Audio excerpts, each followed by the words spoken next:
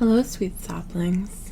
Your regularly scheduled raven is on a break this month, so I'm here in their stead. Content warning on this one, it does have a panic attack, but I thought we would start October strong. This is Silent Panic by Typically Untypical. Summary: sometimes panic attacks are loud and obvious, and sometimes they are silent. So many people think that panic attacks have to be loud, that the labored breathing and franticness of a person can cue you in on what's happening. But sometimes panic attacks can be silent. It's the smile that is just a bit too wide, the scratching of nails against jeans, nodding to a conversation you can't hear as your mind screams at you desperately. Sometimes the panic attack stays inside, completely inside, until it is safe to let it out, hiding behind a mask of happiness and normalcy. Sometimes it's the screaming that can't be heard, the rapid movements of thoughts that send a heart racing and leave a person exhausted for reasons that can't be explained. Virgil was no stranger to both types of panic attacks.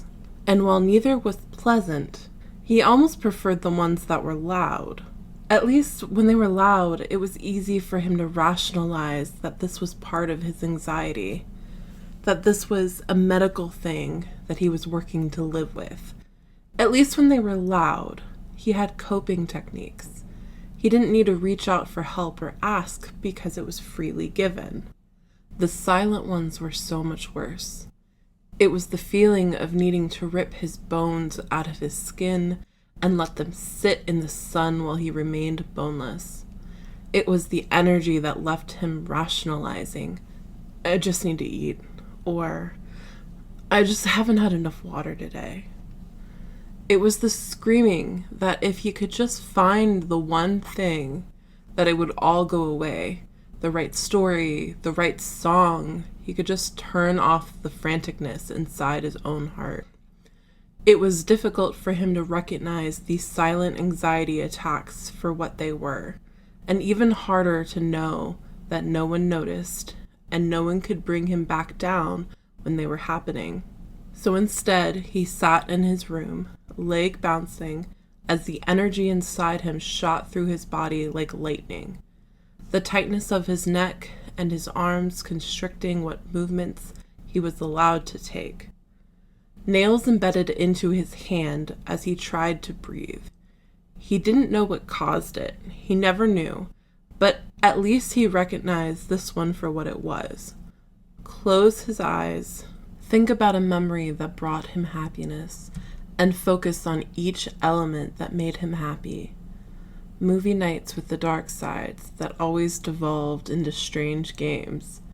Trying to beat Remus in DDR, but completely losing because of Remus's ridiculous, contortionist-like abilities. Janice's insistence that he didn't play games like that, only to join 2 rounds in to show Virgil how it's done. Family. Fun. Virgil took in a slow, deep breath. He missed them. He missed both of them so much. But he couldn't keep living there. Couldn't face what they wanted or how they wanted to go about getting it. Virgil curled up on his bed, trying to tuck his knees under his hoodie. If he curled up enough, maybe he could make the feeling go away. Instead, he summoned a set of thick headphones, something that would block out all outside noise, and he put on his Dead Inside playlist. He closed his eyes and took in a deep breath, letting the music wash over him. In no way was this a perfect way to get rid of his thoughts, but if he forced himself to feel everything by listening to music, then he didn't have to actually try to figure out what had caused the break. He could blame it on the music and move on. By no means was it a perfect system, but it got him what he needed. As the feeling of pressure that surrounded him began to fade, He took in a slow breath, laying back in his bed and looking up at the ceiling. "This isn't going to work long term," he whispered. But what else could he do? He had never been taught to cope with these moments.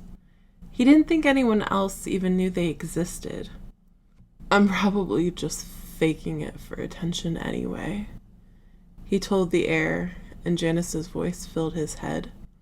"If it's happening when no one is around, and you are desperately trying to make sure no one notices, how are you faking it for attention again?" "I mean, what if I'm faking it in the common room because I want someone to notice?" "Wanting someone to notice and to help you doesn't mean you are faking it. It means you need support." That conversation had been about Virgil's needs in general. Janice was always pushing his self-care agenda, and maybe he had hoped that one day it would all sink in. Virgil guessed it hadn't, at least not completely, but he couldn't deny that it sunk in a little bit. "All right, fine. I'll get out of my room, and I'll see if anyone can help. But I'm not gonna ask for it," he told the air in his room, flipping off a non-existent force. He could almost feel Janice's all too smug answer to that. He wasn't going to remove the headphone, though. He didn't want to be a burden to anyone. He didn't want them to know that he was struggling because he didn't want to burden them with anything of that nature. "I'm out of my room now. Are you happy, asshole?" Damn, he missed Janice so much. It was like having an annoying mom friend and a whine aunt all rolled into one. Virgil walked over to the couch, sat on it, and pulled his knees to his chest, flipping over to a different playlist before just sitting there and letting himself be absorbed in a game on his phone. Was this the healthiest way for him to deal with his issues? No, of course not. But it was better than what he had been doing before, so little steps. Reminder again, dear readers, that was Silent Panic by Typically Untypical. The links will be in the description box below. We hope you enjoyed it, and have a good day.